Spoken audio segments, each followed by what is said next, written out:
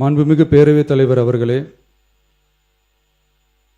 கடந்த 12/8/2026 அன்று காட்டுமன்னார்கோவில் சட்டமன்ற தொகுதி உறுப்பினர் திரு ஜோதிமணி அவர்கள் பேசும்போது, பல எம்எல்ஏக்களிடம் சொந்தமாக வாகனம் இல்லை என்றும் தொகுதி பணிகளை ஆய்வு செய்யவும் பார்வையிடவும் கடினமாக உள்ளதாகவும், லஞ்சமில்லாத நேர்மையான ஆட்சி அமைய உறுப்பினர்களின் அடிப்படை தேவைகளை அரசு பூர்த்தி செய்ய வேண்டும் என்றும் கோரிக்கை வைத்தார். எந்த ஒரு பொருளாதார பலம் இல்லாமல் சட்டமன்ற உறுப்பினர்களாக பணியாற்றி கொண்டிருப்பவர்கள் தங்களின் தொகுதி பணிகளை செய்ய சொந்த வாகனங்களோ அல்லது உதவியாளர்களையோ வைத்துக்கொள்ள முடிவதில்லை என்றும் தெரிவித்தார். மேலும் இது தொடர்பாக கோரிக்கைகளும் வரப்பெற்றது.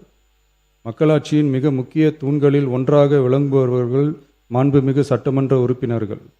தமிழ்நாடு சட்டமன்ற வரலாற்றில் எளிய பின்னணியில்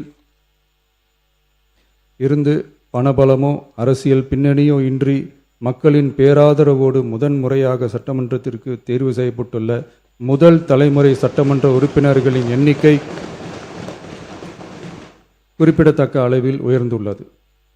29/3/2026 அன்று நடைபெற்ற தமிழக வெற்றிக் கழக வேட்பாளர் அறிமுக கூட்டத்தில் நேர்மையாகவும் வெளிப்படைத்தன்மையுடனும் மக்கள் பணி செய்து ஊழலற்ற லஞ்ச லாவண்யமற்ற நிர்வாகத்தை மேற்கொள்வது என அனைத்து வேட்பாளர்களும் எடுத்துக்கொண்ட உறுதிமொழிக்கு ஏற்ப அதே பாதையில் தேர்ந்தெடுக்கப்பட்ட சட்டமன்ற உறுப்பினர்களும் செயல்பட்டு வருகின்றனர். மக்களுக்கான நிர்வாகம் நேர்மையின் பாதையில் என்ற அடிப்படையில் லஞ்ச லாவண்யமற்ற நேர்மையான மற்றும் வெளிப்படையான நிர்வாகத்தை அடித்தட்டு மக்கள் வரை கொண்டு சேர்க்கும் நோக்கில் தமிழக வெற்றி கழக அரசு செயல்பட்டு வருகிறது.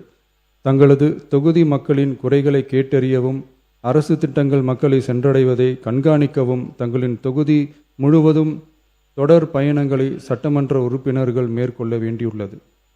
பொருளாதார பலம் இல்லாமல் சட்டமன்ற உறுப்பினர்களாக பணியாற்றும் மற்றும் முதலாக சட்டமன்ற உறுப்பினர்களாக தேர்வு செய்யப்பட்ட உறுப்பினர்கள் தங்களது மக்கள் பணியை தோய்வின்றி தொடர்வதற்கும் அவர்கள் தங்களின் தொகுதி பணிகளை திறம்பட மேற்கொள்வதற்கு வசதியாக அனைத்து சட்டமன்ற உறுப்பினர்களுக்கும் அரசு சார்பில் வாகனம் வழங்கப்படும் என்பதை மகிழ்ச்சியோடு தெரிவித்துக் கொள்கிறேன்.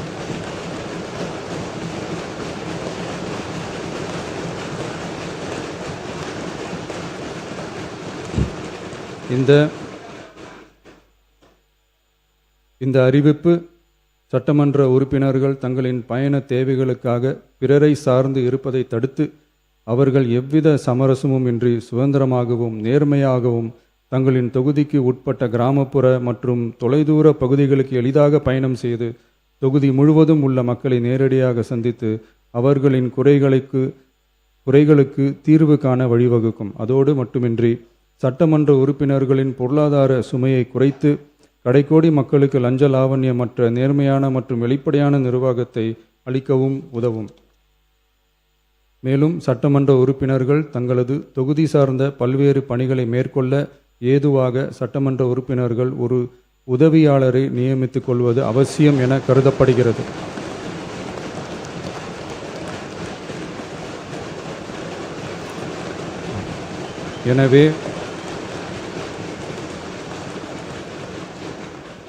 எனவே சட்டமன்ற உறுப்பினர்களுக்கு அரசு வாங்கி வழங்கும் வாகனத்தை பராமரிக்கும் விதமாக வாகனத்திற்கு ஓட்டுநர், எரிபொருள், வாகன பராமரிப்பு உள்ளிட்ட செலவினங்களுக்காக மாதந்தோறும் ரூபாய் 75,000 வாகன படியாகவும்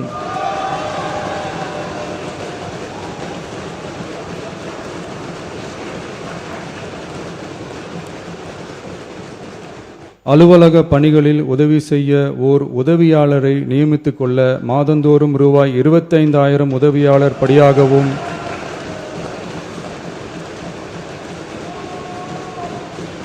வழங்கப்படும். இதற்காக உரிய சட்டத்தில் திருத்தங்கள் மேற்கொண்டு ஆணைகள் வெளியிடப்படும் என்பதையும் தெரிவித்துக் கொள்கிறேன். நன்றி. ನಿರ್ಭೀತ, ನಿಷ್ಪಕ್ಷಪಾತ, ವಿಶ್ವಾಸಾರ್ಹ ಸುದ್ದಿಗಳಿಗೆ ಮತ್ತೊಂದು ಹೆಸರಾಗಿರುವಂತ ನ್ಯೂಸ್ 18 ಕನ್ನಡ ಈಗ ಆಪ್ನಲ್ಲೂ ಲಭ್ಯವಿದೆ. ದಯವಿಟ್ಟು ಇಲ್ಲಿರುವಂತ QR ಕೋಡ್ ಸ್ಕ್ಯಾನ್ ಮಾಡಿಕೊಂಡು ಆಪ್ ಡೌನ್ಲೋಡ್ ಮಾಡೋದಕ್ಕೆ ಮರಿಬೇಡಿ. ನಿಮ್ಮ ಬೆಂಬಲ ಹೀಗೆ ಸದಾ ನಮ್ಮೊಂದಿಗಿರಲಿ. ಧನ್ಯವಾದ.